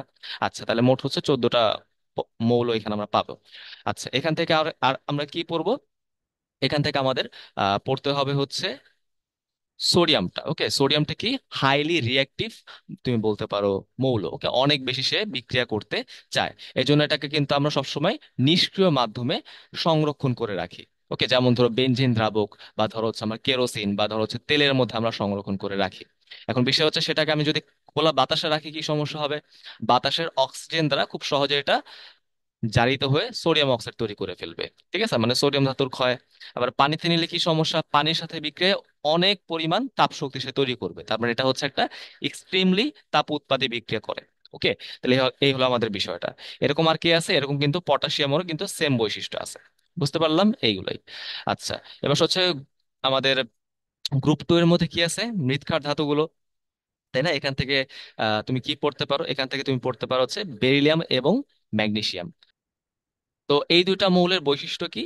এরা হচ্ছে শিখা পরীক্ষায় কোনো বর্ণ প্রদর্শন করে না। আমরা কিন্তু যখন শিখা পরীক্ষা মানে শুষ্ক পরীক্ষাটা দেখছিলাম গুণগত রসায়নে, সেখানে আমরা বলছিলাম কি? সেখানে আমরা বলছিলাম যে এস ব্লকে যে মৌলগুলো আছে গ্রুপ 1 এবং গ্রুপ 2, তারাই হচ্ছে শিখা পরীক্ষায় বিভিন্ন বর্ণ প্রদর্শন করে। তবে ব্যতিক্রমটা কি বলছিলাম? বেরিলিয়াম এবং ম্যাগনেসিয়াম। কারণ এখানে যে ক্যাটায়ন গুলো তৈরি হয়, বেরিলিয়াম 2+, ম্যাগনেসিয়াম 2+, তাদের চার্জ ডেনসিটি অনেক বেশি হয়। বুঝতে পারছি? এই জন্য হচ্ছে এগুলোকে আমরা নর্মালি ইউজ করি না শিক্ষা পরীক্ষায়। আর এখান থেকে আরেকটা কি পড়তে পারি, বেরিলিয়াম কিন্তু আয়নিক যৌগ তৈরি করে না। এটাও আমরা জানি যে ধাতু হচ্ছে অধাতুর সাথে ইলেকট্রন আদান প্রদানের মাধ্যমে কি তৈরি করে, আয়নিক বন্ধন তৈরি করে। বাট বেরিলিয়াম 2+ এর চার্জ ঘনত্ব অতি উচ্চ হওয়ার কারণে সেটা সহজে ইলেকট্রন ত্যাগ করতে পারে না, সে সর্বোচ্চ হলে ইলেকট্রন শেয়ার করতে পারে। যেমন ধরো বেরিলিয়াম ক্লোরাইড, এটা কিন্তু যতটা না আয়নিক তার চেয়ে বেশি কিন্তু সমযোজী। ঠিক আছে, এগুলো আমরা ফাজানের নীতি দিয়ে পড়বো এই চ্যাপ্টারের শেষের দিকে। ওকে, তাহলে এই হচ্ছে আমাদের এস ব্লক মৌল। আচ্ছা, এবার হচ্ছে আমাদের পি ব্লক মৌল থেকে কি পড়বো। প্রথম কথা হচ্ছে এখানে আমাদের যে বোরনের গ্রুপটা আছে, গ্রুপ 13, এখান থেকে সবচেয়ে বেশি ইম্পর্টেন্ট হচ্ছে অ্যালুমিনিয়ামটা। ওকে, অ্যালুমিনিয়াম কি তৈরি করে, আমাদের অ্যালুমিনিয়াম ক্লোরাইড যে অণুটা আছে সেটা কিন্তু ডাইমার তৈরি করে, তাই না? দুইটা অণু হচ্ছে এরকম ভাবে একসাথে মিলে একটা গঠন তৈরি করে, যেটাকে আমরা কি বলি, ডাইমার। কিভাবে গঠন হয় যে আমরা কিন্তু জানি যে ক্লোরিন তার মুক্ত জোড় দিয়ে দুইটা সন্নিবেশ সমযোজী বন্ধন তৈরি করে। ওকে, একটু জানলে হচ্ছে আমাদের মোটামুটি হবে। আচ্ছা, এবার আসো গ্রুপ 14। গ্রুপ 14 আমরা কি পড়বো, এখানে মেনলি দেখো আমাদের কার্বন এবং সিলিকন নিয়ে আমাদের পড়তে হবে। কার্বনের ক্লোরাইডকে আমরা কি বলি, CCl4, কার্বন টেট্রাক্লোরাইড। সিলিকনের জন্য হচ্ছে SiCl4। আমরা কিন্তু এটা জানি যে CCl4 এইটা হচ্ছে আদ্র বিশ্লেষিত হয় না, কিন্তু SiCl4 আদ্র বিশ্লেষিত হয়। কারণ কি, সিলিকনের ডি অরবিটাল আছে, সেখানে অক্সিজেন তার মুক্ত জোড় দেওয়ার মাধ্যমে বিক্রিয়া করে, তাই না? আবার ধরো এদের যে অক্সাইড গুলো আছে, কার্বন ডাই অক্সাইড এবং ধরো সিলিকন ডাইঅক্সাইড, কার্বন ডাইঅক্সাইডটা কি থাকে, একক অণু আকারে থাকে। বাট সিলিকন ডাইঅক্সাইড হচ্ছে জায়ান্ট মলিকিউল বা দৈত্যাকার অণু আকারে থাকে, তাই না? এরা কি করবে, অক্সিজেনের মাধ্যমে সমযোজী বন্ধন তৈরি করে আসলে বড় আকারের একটা অণু তৈরি করে। রাইট? সো এগুলো হচ্ছে আমাদের এখান থেকে ইম্পর্টেন্ট পড়াগুলা। হ্যাঁ, আর হ্যাঁ, আর এখান থেকে আরেকটা কি পড়তে পারো, সিলিকন এবং জার্মেনিয়াম এগুলোকে আমরা মেনলি সেমি কন্ডাক্টরে কিন্তু ব্যবহার করি, কারণ এদের চতুর্যোজ্যতা আছে। আচ্ছা, যাই হোক, সো এগুলো হচ্ছে আমাদের এখান থেকে ইম্পর্টেন্ট পড়া, যেগুলো আসলে না পড়লে না, এরকম বিষয়গুলো আমি বলতেছি। আচ্ছা, এবার হচ্ছে আমাদের গ্রুপ 15। এখানে কি আছে, আমাদের নাইট্রোজেন ফ্যামিলি, এদেরকে আমরা কি বলি, নিকটোজেন বলি, তাই না? এটা কিন্তু আমরা দেখে ফেলছি, শ্বাসরোধকারী পদার্থ হিসেবে এরা কিন্তু পরিচিত, তাই না? আচ্ছা, এখান থেকে আমরা কি পড়বো, নাইট্রোজেন এবং ফসফরাসটা খুব সুন্দর করে পড়বো। নাইট্রোজেনের হাইড্রাইড হচ্ছে অ্যামোনিয়া, ফসফরাসের জন্য হচ্ছে কি, ফসফিন, তাই তো, NH3 PH3। এদের মধ্যে ক্ষারধর্মিতা কার বেশি, অ্যামোনিয়ার বেশি। কারণ কি, কারণ হচ্ছে নাইট্রোজেনের আকার ফসফরাসের তুলনায় ছোট, একই সাথে নাইট্রোজেনের তড়িৎ ঋণাত্মকতা ফসফরাসের তুলনায় বেশি। এই দুইটা ফ্যাক্টরের কারণে নাইট্রোজেনের মধ্যে ইলেকট্রন ঘনত্ব অনেক বেশি হয়, যার ফলে সে খুব ইজিলি প্রোটনের কাছে ইলেকট্রন জোড়াকে ত্যাগ করে দিতে পারে। অর্থাৎ সেটা হচ্ছে একটা ব্রনস্টেড লাউরি ক্ষারক হিসেবে কাজ করতে পারে। এই হচ্ছে আমাদের বিষয়টা। আচ্ছা, গেল। এরপর হচ্ছে আমাদের গ্রুপ 16, এদেরকে আমরা চ্যালকোজেন বলি, অলরেডি পড়ে ফেলছি। এখান থেকে তুমি কি বলতে পারো যে অক্সিজেন এবং সালফারে আমাদের মেনলি পড়তে হবে যে এদের যে হাইড্রাইড গুলো আছে, অক্সিজেনের জন্য পানি এবং সালফারের জন্য হচ্ছে হাইড্রোজেন সালফাইড, H2S। এরা এদের ভৌত অবস্থা কিরকম হবে, H2O হয় তরল এবং H2S হয় গ্যাস, তাই না? আবার গলনাঙ্ক কিরকম হয়, H2O হয় 100°C, H2S হয় 19.5°C, তাই না? এই জিনিসগুলো কেন হচ্ছে, কারণ একটাই, হাইড্রোজেন বন্ধন। হ্যাঁ, H2O হচ্ছে হাইড্রোজেন বন্ধন তৈরি করতে পারে, কিন্তু H2S পারে না, তাই না? এর হচ্ছে আমাদের বিষয়টা, এগুলো তোমরা পড়ে ফেলছো। আচ্ছা, আর গ্রুপ 17 হচ্ছে আমাদের হ্যালোজেন। এখান থেকে তেমন কিছু পড়ার নাই আসলে। এখান থেকে তুমি হচ্ছে কালার গুলা পড়তে পারো, ভৌত অবস্থা পড়তে পারো। ফ্লোরিন ক্লোরিন এই দুইটাই হচ্ছে আমাদের গ্যাস, ব্রোমিনটা হচ্ছে তরল, আয়োডিন অ্যাসিটিন এগুলো হচ্ছে আমাদের সলিড জিনিস। আচ্ছা, আর নিষ্ক্রিয় গ্যাস থেকে কি পড়বা, এদের ইলেকট্রন বিন্যাসটা পড়তে পারো কিরকম হয়, আর হচ্ছে এদের ব্যবহারটা পড়বা, হিলিয়াম কোথায় ব্যবহার করা হবে, তাই না? আমরা কিন্তু হচ্ছে অক্সিজেন সিলিন্ডারে কিন্তু হিলিয়াম ব্যবহার করি। নিয়ন কোথায় ব্যবহার করা হয়, তারপর আর্গন ক্রিপ্টন এগুলো কোথায় ব্যবহার করা হয়, তাই না? টিউবলাইটে ব্যবহার করা হয়। তো তারপর ধর হচ্ছে জিনন আর রেডন কোথায় ব্যবহার করা হবে, ক্যান্সার চিকিৎসায় কিন্তু আমরা রেডন ব্যবহার করি। কেন, কারণ রেডনের মধ্যে কি আছে, রেডিও অ্যাক্টিভিটি আছে বা তেজস্ক্রিয়তা আছে। তো এই কয়েকটা টপিক যদি তুমি পড়ো তাহলে মোটামুটি কিন্তু আমাদের কাভার হবে, ঠিক আছে? আচ্ছা, দেখি, এবার দেখি আমরা কিছু প্রশ্ন সলভ করার চেষ্টা করি যে আসলে আমাদের কিরকম প্রশ্ন হয়, সেটা একটু দেখি আমরা। যে কি বলা হয়েছে, যে পর্যায় সারণীতে কোন ব্লকে অধাতুকে স্থান দেওয়া হয়েছে। যদি পর্যায় সারণীর দিকে খেয়াল করে দেখো, এস ব্লকের মধ্যে শুধুমাত্র হাইড্রোজেন এবং হিলিয়াম এই দুইটা ছাড়া বাকি সবাই হচ্ছে ধাতু, তাই না? বাকি যে 12টা আছে ধাতু। কিন্তু পি ব্লকের মধ্যে দেখো, এখানে যেমন ধাতু আছে, অধাতু আছে, আবার উপধাতু বা অপধাতু আছে। এখানে যেরকম এই যে আমাদের ব্রাউন কালার যে মৌলগুলো আছে, এই মৌলগুলোকে আমরা কি বলি, সেমি মেটাল বা মেটালয়েডস। বুঝতে পারছো? এখানে কতগুলো আছে দেখো, ছয়টা আছে, এই ছয়টা কিন্তু আমাদের পরীক্ষার জন্য ইম্পর্টেন্ট, সেটা আমি তাহলে একটু বলে দিচ্ছি তোমাদের যে ছয়টা তুমি কিভাবে মনে রাখতে পারো। এমসিকিউ তে কিন্তু আসে। তাহলে এখানে লিখে দিচ্ছে, দেখো সেমি মেটাল।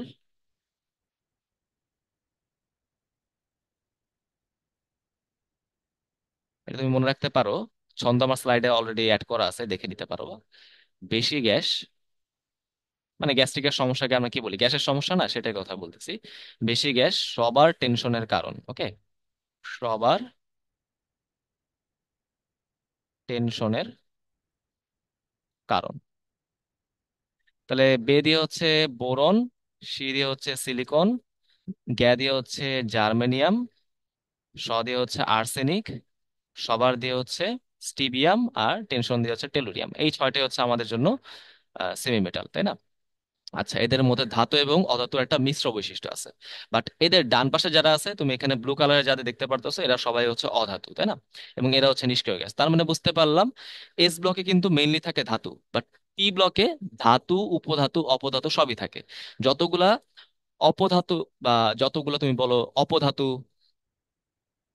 যতগুলা অপধাতু এবং অধাতু আছে তাদের বলতে পারো প্রায় সবগুলাই হচ্ছে পি ব্লকে। এজন্য এখানে যেটা আগে আমরা বলতেছিলাম, অধাতুকে আমি কোন ব্লকে জায়গায় দিছি, অধাতুকে আমরা পি ব্লকে কিন্তু জায়গা দিচ্ছি। বুঝতে পারলাম?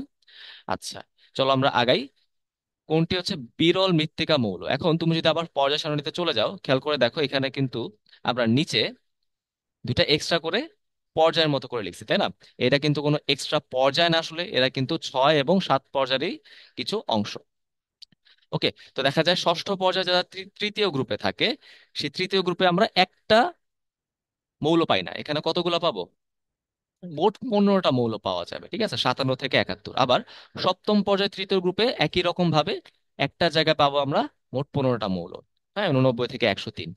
এদেরকে আমরা আলাদা করে এফ ব্লকে জায়গা দিয়ে দিচ্ছি। কেন? কারণ এখানে ইলেকট্রন বিন্যাস আমরা দেখতে পারি, এখানে শেষ ইলেকট্রনটা কোথায় যাবে? এফ অরবিটালে যাবে। তিনটা এখানে এক্সেপশন আছে, আমরা জানি এইসব পড়ে ফেলছি অলরেডি। ল্যান্থানাম বা ল্যান্থেনিয়াম, অ্যাক্টিনিয়াম, আর হচ্ছে থোরিয়াম, তাই না? কোথায় কোথায় যায় যথাক্রমে? 5D1, 6D1, 6D2। তো এগুলো তো আমাদের পড়া হয়ে গেছে অলরেডি। সো এই তিনটা বাদে বাকি যারা আছে সবাই হচ্ছে এফ ব্লক। খেয়াল করে দেখো এখানে ব্লু কালারে যারা আছে, অর্থাৎ ল্যান্থানিয়াম থেকে যারা শুরু, তাদেরকে আমরা কি বলতেছি? ল্যান্থানাইড সিরিজ, ওকে, ল্যান্থানাইড সিরিজ অথবা ল্যান্থানয়েডস। এবং পরেরটা যেহেতু আমাদের অ্যাক্টিনিয়াম দিয়ে শুরু, তাই এটাকে আমরা কি বলি? অ্যাক্টিনয়েডস। অ্যাক্টিনয়েডস। বুঝতে পারলাম? আচ্ছা, এখন এই যে ল্যান্থানয়েড সিরিজে যে 15টা মৌল, এই 15টা মৌলকে আমরা কি বলতেছি? বিরল মৃত্তিকা মৌল বা রেয়ার আর্থ মেটাল আমরা বলতে পারি। কারণ এদেরকে কিন্তু আমরা মেইনলি মাটি থেকে খুঁজে পাই, বাট মাটিতে এদের স্যাম্পলে অনেক কম পরিমাণ এই ল্যান্থানয়েডস গুলো পাওয়া যাবে। বুঝতে পারলাম? এই জন্য এদেরকে আমরা কি বলি? বিরল বা রেয়ার বলি। তাহলে এখানে আমাদের যে 15টা মৌল আছে, এই 15টা মৌল আমাদের একটু মনে রাখতে হবে এই ধরনের প্রশ্ন পারার জন্য। যদি এখানে দেখাই যাচ্ছে যে শুরুতে যে ছিল ল্যান্থানাম বা ল্যান্থেনিয়াম, এই ল্যান্থেনিয়ামে কিন্তু আমাদের উত্তর হয়। এখন 15টা মনে রাখা তো আমাদের কষ্ট, তাহলে যদি কষ্ট হয়ে যায় তাহলে সবসময় প্রথমটা এবং লাস্টেরটা মনে রাখবো, কারণ এই দুটাই হচ্ছে আমি পরীক্ষায় আসতে দেখছি। তার মানে 57 নাম্বারটা ল্যান্থানাম, আর হচ্ছে 71 নাম্বারটা লুটেশিয়াম। এগুলো মনে রাখবা। মাঝখানে গুলো যদি তুমি ছন্দ দিয়ে চাও, আমি একটা ছন্দ তোমার স্লাইডে লিখে রাখছি, তাহলে তুমি চাইলে পড়তে পারো, বাট ওয়েস্ট অফ টাইম। ওকে, সেখানে উত্তর হচ্ছে ল্যান্থানিয়াম, ওকে, বা ল্যান্থানাম। চলো আগাই। বলছে নিচের কোনটি এফ ব্লক মৌল নয়? খেয়াল করে দেখো যে আমাদের সিরিয়াম কই ছিল ল্যান্থানামের পরে 58, এটা কিন্তু এ ব্লক মৌল হবে। থোরিয়াম কই ছিল আমাদের বলতো তো? অ্যাক্টিনিয়ামের পরে 90, এটা কিন্তু আমাদের কি ছিল? ডি ব্লক মৌল, কারণ এখানে লাস্ট ইলেকট্রন কই যায়? 6D এর মধ্যে যায়, তাই না? তাহলে উত্তর হচ্ছে এইটা। তারপর দেখো আমাদের নেপচুনিয়াম, এটাও কিন্তু আমাদের এ ব্লক মৌল। হ্যাঁ, অ্যাক্টিনাইড সিরিজের মধ্যে আছে। আচ্ছা, আর সামারিয়াম, এটা কিন্তু আমাদের এফ ব্লক মৌল, ল্যান্থানাইড সিরিজের মধ্যে আছে। উত্তর হচ্ছে অপশন বি। আচ্ছা, কি বলছে যে কোন পেরিয়ডিক টেবিলের কোন গ্রুপে lowest number of S block মৌল আছে? এবং আমরা জানি, দেখো এস ব্লক মৌল কয়টা আছে? 14টা, তাই তো? এস ব্লক মৌল কিন্তু আছে আমাদের 14টা। এর মধ্যে গ্রুপ ওয়ানে আছে আমাদের 7টা, তাই না? হাইড্রোজেন সহ বাকি ক্ষার ধাতুগুলো। গ্রুপ টু তে আছে 6টা, সব মৃৎ ক্ষার ধাতুগুলো। এবং গ্রুপ 18 থেকে কে আসে? হিলিয়াম আসে না? হিলিয়াম। তাহলে সবচেয়ে কম কই আছে? গ্রুপ 18-এ আছে। বুঝতে পারলাম? তাহলে দেখো উত্তর হচ্ছে অপশন 4। আচ্ছা, গেল। চলো আমরা আগাই। কি বলা হয়েছে এখানে একটু খেয়াল করে দেখি, এই প্রশ্নটা আমাদের জন্য একটু ক্রুশাল। যে চারটা মৌলের কথা আমাদের বলা আছে, বা চারটা, হ্যাঁ, চারটা জিনিসের কথা বলা আছে, পি, কিউ, আর এবং হচ্ছে এস। একই পর্যায়ের চারটি মৌল, যাদের মধ্যে পি এবং কিউ হচ্ছে এস ব্লক মৌল। এখান থেকে আমরা একটু ডিসিশন নেওয়া শুরু করি যে এস ব্লকের মধ্যে কে আছে। আলটিমেটলি আছে হচ্ছে গ্রুপ 1 এবং গ্রুপ 2। সো পি এবং কিউ এদের মধ্যে কেউ একজন হচ্ছে গ্রুপ 1, আবার কেউ একজন হচ্ছে গ্রুপ 2, তাই না? এরকমই তো বিষয়টা, তাই না? এখন কোনটা যে গ্রুপ 1, কোনটা যে গ্রুপ 2, সেটা তো আমরা জানি না। তার জন্য অবশ্যই আমাদের পরের ইনফরমেশনটা খেয়াল করতে হবে। কি বলা আছে দেখো, যে কিউ এবং এস এরা মিলে কি তৈরি করবে? Q plus S minus. তাহলে বুঝতে পারলাম কিউ কি তৈরি করে? একক ধনাত্মক ক্যাটায়ন তৈরি করে, অর্থাৎ তাদের বাইরে একটা ইলেকট্রন আছে, তাই না? সেটা ছেড়ে সে ক্যাটায়ন তৈরি করবে। তাহলে কাদের বাইরে একটা ইলেকট্রন থাকে? যারা গ্রুপ 1 মৌল। অর্থাৎ অবশ্যই অবশ্যই এখানে কিউটা হবে গ্রুপ 1 মৌল। তাহলে পিটা কি হয়ে যাবে? গ্রুপ 2 মৌল, অটোমেটিক। আচ্ছা, আবার খেয়াল করে দেখো, এখানে এস যেটা আছে সেটা কিন্তু -1 আয়ন তৈরি করে, তাই না? অর্থাৎ কারা হচ্ছে একটা ইলেকট্রন গ্রহণ করে অষ্টক পূরণ করতে চায়, যাদের বাইরে 7টা ইলেকট্রন থাকবে। যাদের বাইরে 7টা ইলেকট্রন থাকে তাদের গঠনটা কিরকম হয়? তাদের গঠনটা হয় হচ্ছে এরকম যে NS2 NP5। তাহলে বলো এটা কোন পর্যায়ে আছে? 17, তাই না? অর্থাৎ এখানে এসটা কি হবে? এস হচ্ছে গ্রুপ নাম্বার 17-এর মৌল। বুঝতে পারলাম? আচ্ছা, আর কি বলছে? আর হচ্ছে এস এর সাথে যুক্ত হয়ে, হ্যাঁ, আর হচ্ছে এস এর সাথে যুক্ত হয়ে RS2 সমযোজী যৌগ তৈরি করে। তাহলে খেয়াল করে দেখো, আর এর যোজনী কত? 2, এস এর যোজনী তো 1, আমরা অলরেডি দেখেই ফেলছি। সো আর এর যোজনী 2 হওয়া মানে কি? সে 2টা ইলেকট্রন গ্রহণ করে অষ্টক পূরণ করবে, কারণ অধাতুর সাথে তো অধাতুই হচ্ছে ইলেকট্রন শেয়ার করে, সে তো তার ধাতু হওয়ার সম্ভাবনা নাই, তাই না? তাহলে কারা হচ্ছে 2টা ইলেকট্রন গ্রহণ করবে? যাদের বাইরে ছিল 6টা ইলেকট্রন আছে। তাহলে 6টা ইলেকট্রন থাকলে আমাদের স্ট্রাকচারটা কিরকম হয়? NS2 NP4, 2 + 4 + 10, 16। ওকে, তাহলে যারা হচ্ছে মেনলি গ্রুপ 16 আছে তারাই কিন্তু আমাদের আর। তাহলে কিন্তু আমরা বুঝতে পারলাম যে এখানে আমরা কোন কোন গ্রুপে অবস্থিত সেটা কিন্তু অলরেডি আমরা আইডেন্টিফাই করে ফেলতে পারলাম, তাই না? তাহলে পি হচ্ছে গ্রুপ নাম্বার 2-এ আছে, কিউ হচ্ছে গ্রুপ নাম্বার 1-এ আছে, আর হচ্ছে গ্রুপ নাম্বার 16 আছে, আর এস হচ্ছে গ্রুপ নাম্বার 17 আছে। ওকে, ক্লিয়ার? আশা করি ভাই তোমরা এই জিনিসটা বুঝতে পারছো। আচ্ছা, এবার দেখো কি বলা হয়েছে, যে পি এবং এস দ্বারা গঠিত যৌগটির সংকেত এবং প্রকৃতি নির্ণয় করো। তাহলে এখানে পি, কিউ, আর এস এরা কারা, এটা আমাদের একটু জানা থাকা লাগবে। একটু খেয়াল করো তো ভাই, এখানে কি আমাদের পর্যায়ের কথা কি কিছু বলা আছে? পর্যায়ের কথা কিন্তু কিছু বলা নাই। তাহলে আমরা কিন্তু চাইলে একটু এস্টিমেট করে ফেলতে পারি, তাই না? যদি এস্টিমেট করে ফেলি, যদি এটা ধরো আমরা পর্যায় যদি 2 ধরি, তাহলে দ্বিতীয় পর্যায়ের দ্বিতীয় গ্রুপ, তাই না? দ্বিতীয় পর্যায়ের দ্বিতীয় গ্রুপ কি আছে? বেরিলিয়াম। তাহলে এটা হতে পারে কি? বেরিলিয়াম। আবার যদি আমাদের সেটা তোমার দ্বিতীয় পর্যায়ে প্রথম গ্রুপ হয়, সেটা কি হয়ে যাবে? আমাদের লিথিয়াম। দ্বিতীয় পর্যায়ে 16তম গ্রুপ কি হয়ে যাবে? অক্সিজেন। 17তম গ্রুপ হচ্ছে ফ্লোরিন, তাই না? আবার এটা যদি তোমার তৃতীয় পর্যায়ে হয়, তাহলে কি হয়ে যাবে? তাহলে বেরিলিয়ামের নিচে কি আছে বলো তো দেখি। বেরিলিয়ামের নিচে আছে আমাদের ম্যাগনেসিয়াম, লিথিয়ামের নিচে হচ্ছে সোডিয়াম, অক্সিজেনের নিচে হচ্ছে সালফার, ফ্লোরিনের নিচে হচ্ছে ক্লোরিন। তুমি এখন চাইলে দ্বিতীয় বা তৃতীয় পর্যায়ে যে কোনো একটা নিয়ে তুমি কিন্তু এই যৌগগুলো দেখাইতে পারো, কারণ এখানে কিন্তু পর্যায় নিয়ে কোনো হিন্ট নাই। ওকে, তো দেখো আমরা কিন্তু এই পর্যায়ে 3-এ যে যৌগগুলো আছে এই যৌগগুলো নিয়ে কিন্তু মোটামুটি একটা আইডিয়া রাখে, আমাদের বই কিন্তু আলোচনা আছে। তো কি বলা হয়েছে? পি এবং এস নিয়ে গঠিত যৌগ, সেটার সংকেত কি হবে এবং বৈশিষ্ট্য কি হবে। তাহলে বুঝতে পারলাম, পি এবং এস। পি এবং এস মানে ম্যাগনেসিয়াম এবং ক্লোরিন। ম্যাগনেসিয়ামের যোজনী 2, ক্লোরিনের যোজনী কত? 1। তাহলে এটা হয়ে যাবে PS2, তাই না? তাহলে এটা হচ্ছে কি? একটা লবণ, তাই না? এটা কিন্তু একটা লবণ, প্রশম লবণ। প্রশম লবণ, এটাই আমাদের প্রকৃতি। আচ্ছা, কিউ এবং আর তার মানে সোডিয়াম এবং সালফার, এরা মিলে যে যৌগটা তৈরি করবে, তাই না? তাহলে হচ্ছে কিউ এবং আর, সোডিয়াম এবং সালফার মিলে কি যৌগ তৈরি করবে? একটু খেয়াল করে দেখো, সোডিয়ামের যোজনী হচ্ছে 1, সালফারের যোজনী 2, সোডিয়াম সালফাইড তৈরি করে, তাই না? সোডিয়াম সালফাইড তৈরি করে। আচ্ছা, এটা হচ্ছে, এটাও কিন্তু আমাদের কি বলতে পারি, এটা কিন্তু একটা লবণ, তাই না? এটা হচ্ছে আমাদের মোটামুটি তুমি বলতে পারো একটা লবণ। এটা আচ্ছা, গেল, এটা হচ্ছে আমাদের একটা লবণ।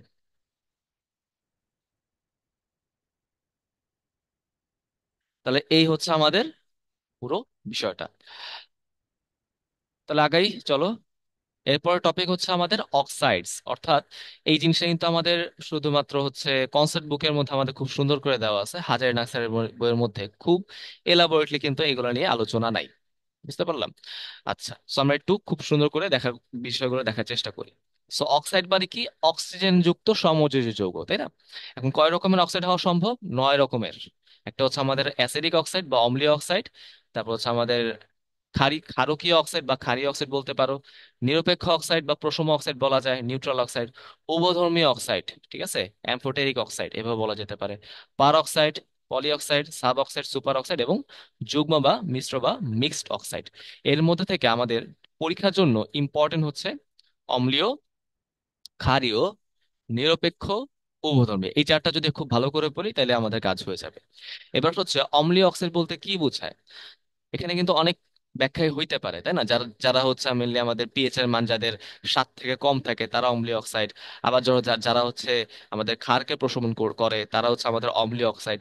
আবার ধরো যারা পানির সাথে মিশ্রিত হয়ে অ্যাসিড তৈরি করে তারাও কিন্তু অম্লীয় অক্সাইড। যেমন একটা এক্সাম্পল তোমাকে বলি, এই যে দেখো কার্বন ডাই অক্সাইড প্রথমটা, তাই না? কার্বন ডাই অক্সাইড পানির সাথে মিলে কি তৈরি করে? দুর্বল কার্বনিক অ্যাসিড তৈরি করে। অ্যাসিড তৈরি করা মানে কি? সেটা হচ্ছে একটা অম্লীয় অক্সাইড। একই রকম ভাবে সালফার ডাইঅক্সাইড তৈরি করে সালফিউরাস অ্যাসিড, সালফার ট্রাইঅক্সাইড তৈরি করে সালফিউরিক অ্যাসিড, এরকম। তাহলে ক্ষারকীয় অক্সাইড কি হবে? যাদের পিএইচ এর মান 7 থেকে বেশি, যারা অ্যাসিডকে প্রশমন করে, অথবা যারা পানির সাথে মিশ্রিত হয়ে তীব্র ক্ষার বা মৃদু ক্ষার তৈরি করতে পারে। যেমন ধরো সোডিয়াম অক্সাইড, তুমি যদি সোডিয়াম অক্সাইডকে পানিতে নাও, তাহলে এখানে কি হবে, কোন ক্ষারটা তৈরি হবে বলো? সোডিয়াম হাইড্রোক্সাইড, এরকম বিষয়টা। আচ্ছা, এবার হচ্ছে আমাদের প্রশম বা নিরপেক্ষ অক্সাইড, যারা হচ্ছে অ্যাসিড বা ক্ষার কারোর সাথেই বিক্রিয়া করে না। তাহলে এটার মধ্যে 4টা যৌগ আছে, আমি এটাকে কিভাবে মনে রাখতে পারি? এভাবে মনে রাখতে পারি যে কোনো পানি নাই, কোনো পানি নাই। ওকে। কো দিয়ে হচ্ছে কার্বনের সিও, কার্বন মনোক্সাইড। নো দিয়ে হচ্ছে আমাদের আহ নাইট্রাস অক্সাইড, N2O। পানি দিয়ে হচ্ছে H2O, এবং নাই দিয়ে হচ্ছে নাইট্রিক অক্সাইড, NO। এরা হচ্ছে আমাদের নিরপেক্ষ অক্সাইড। উপধর্মী অক্সাইডের মধ্যে কি আছে? বেরিলিয়াম অক্সাইড, অ্যালুমিনিয়াম অক্সাইড, এগুলো আমাদের জন্য ইম্পর্টেন্ট বেশি। আচ্ছা, পার অক্সাইড মানে কি? যেখানে অক্সিজেনের জারণ মান কত? -1। ওকে, নর্মাল যে অক্সাইড গুলো আমরা দেখতে পারলাম এদেরকে আমরা সাধারণ অক্সাইড বলতে পারি, এখানে আমাদের জারণ মান হচ্ছে -2। ওকে, আর এখানে কত হবে? -1 হবে।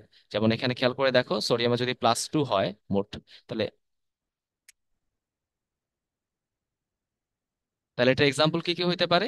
সোডিয়াম পার অক্সাইড, বেরিয়াম পার অক্সাইড, এরকম। ওকে। পলি অক্সাইড সংকেত গুলো দেখবা, হ্যাঁ, সাব অক্সাইড সংকেত গুলো দেখবো। তারপর সুপার অক্সাইডে আমাদের জারণ মানটা কত হয়? -1/2 হয়। মিশ্র অক্সাইড মানে কি? মিশ্র অক্সাইড মানে হচ্ছে যেটা হচ্ছে একাধিক অক্সাইড নিয়ে তৈরি হয়, যেমন ধরো ফেরাস অক্সাইড এবং ফেরিক অক্সাইড, এরা মিলে তৈরি করবে হচ্ছে আয়রন 2 3 অক্সাইড, Fe3O4, এরকম। তার মানে এখানে যেমন আয়রনের 2 যোজনী বা 2 জারণ মানের আয়ন আছে, আবার 3 জারণ মানের কিন্তু আয়ন আছে, এরকম বিষয়টা। এরকম Fe3O4, Pb3O4, Mn3O4, এরা সবাই কিন্তু আমাদের মিশ্র বা যুগ্ম অক্সাইড। আচ্ছা, তো চলো হচ্ছে আমরা কিছু প্রশ্ন দেখা শুরু করি। এখানে কি বলা হয়েছে যে আহ, দেখো যে beryllium, magnesium, calcium, strontium, barium, radium সবাই কি আমাদের ধাতু না? সবাই কিন্তু ধাতু। তো এদের, তাহলে তারা কি ধরনের অক্সাইড তৈরি করবে? মনে রাখতে হবে ধাতুগুলো কই থাকে? বাম দিকে থাকে, তাই না? বাম দিকের মৌলগুলো সবসময় ক্ষারীয় অক্সাইড তৈরি করে বা ক্ষারকীয় অক্সাইড তৈরি করে। বুঝতে পারলাম? আর ডান দিকের মৌলগুলো কিরকম অক্সাইড তৈরি করবে? এর যেহেতু অধাতু, এরা তৈরি করে অম্লীয় অক্সাইড। ওকে, বুঝতে পারলাম? তাহলে দেখো এটা কিন্তু আমাদের ওই ছন্দের সাথে মিলে গেল, যে বিরিয়ানি, মোগলাই কাবাব সরিয়ে বাটিতে রাখো। তাহলে এটা কিন্তু গ্রুপ 2 এর ছন্দ ছিল, মৃৎক্ষার ধাতুর। তাহলে গ্রুপ 2 কি আছে? অপশন A এবং অপশন 2। এবং এদেরকে আমরা কি বলতেছিলাম? ক্ষারীয় অক্সাইড বলতেছিলাম। ওকে, তাহলে বুঝতে পারলাম। চলো আগাই। আচ্ছা, দেখো এখানে কি বলছে, কোন অক্সাইড পানির সাথে মিশে সর্বাধিক অম্লীয় দ্রবণ তৈরি করতে পারে। তাহলে এখন তুমি যদি এখানে পানির সাথে বিক্রিয়া দিয়ে দাও তাহলে এখানে কি পাবা? দেখো কার্বন মনোক্সাইড কিন্তু পানির সাথে কোনো বিক্রিয়া করে না, কারণ এটা হচ্ছে একটা প্রশম অক্সাইড। কার্বন ডাই অক্সাইড পানির সাথে বিক্রিয়া করে দুর্বল কার্বনিক অ্যাসিড তৈরি করে। সিলিকন ডাই অক্সাইড পানির সাথে বিক্রিয়া করে H2SiO3 এরকম একটা অ্যাসিড তৈরি করে। আর P2O5 সেটা পানির সাথে বিক্রিয়া তৈরি করে হচ্ছে H3PO4 বা ফসফরিক অ্যাসিড। এখন এদের মধ্যে কোনটা তীব্র কোনটা মৃদু আমি কিভাবে আইডেন্টিফাই করতে পারি? তুমি যদি জারণ মানে কনসেপ্ট থেকে আসো তাহলেই তোমার কিন্তু এই জিনিসটা হয়ে যাবে। ঠিক আছে, যেমন ধরো প্রথম যে যৌগটা আছে এখানে কার্বনের জারণ মান কত বলো তো দেখি, +4, তাই না? এখানে সিলিকনে কত হবে? +4। যেখানে ফসফরাসে কত হবে? +5। যার জারণ মান যত বেশি সেটা তত তীব্র অ্যাসিড হবে। হ্যাঁ, তাহলে এটা সর্বাধিক অম্লীয় দ্রবণ কোনটা হবে? P2O5। বুঝতে পারলাম? আশা করি ক্লিয়ার। আচ্ছা, এটা দেখো নিচের কোনটি উভধর্মী অক্সাইড? তো উভধর্মী অক্সাইড আমি কোনটাকে পাবো? খেয়াল করে দেখো যে এখানে কার্বনের যে অক্সাইডটা হয় সেটা কিন্তু অম্লীয় অক্সাইড। নাইট্রোজেন ডাই অক্সাইড এটাও কিন্তু আমাদের একটা অম্লীয় অক্সাইড। ঠিক আছে, দেখো N2O আর হচ্ছে NO, এরা হচ্ছে আমাদের প্রশম অক্সাইড বা নিরপেক্ষ অক্সাইড। আর বাকি নাইট্রোজেনের যে অক্সাইড গুলো আছে সেগুলো কিন্তু আমাদের অম্লীয় অক্সাইড হবে। B2O3 এটা কিন্তু পানির সাথে বিক্রিয়ায় বোরিক অ্যাসিড তৈরি করে H3BO3। তার মানে এটা কিন্তু অম্লীয় অক্সাইড। তাহলে উত্তর কি হবে? নান অফ দিস, কোনোটাই না। কোনটি নিরপেক্ষ অক্সাইড যেটাকে আমরা বললাম কোনো পানি নাই? তাহলে carbon monoxide, nitrous oxide, H2O এবং হচ্ছে নাইট্রিক অক্সাইড। আছে কি এখানে? কোথাও নাই, তাহলে এটা হচ্ছে নান অফ দিস। ওকে ভাইয়া, তাহলে এই হচ্ছে আমাদের আজকের লেকচার। তাহলে তোমরা হচ্ছে বাকি যে প্রশ্নগুলো যেগুলো আমি তুলে নাই একই রকমের প্রশ্ন সলভ করে ফেলবা। কোনো ডাউট থাকলে অবশ্যই আমাকে বলবা। সবাই ভালো থাকো। আসসালামু আলাইকুম।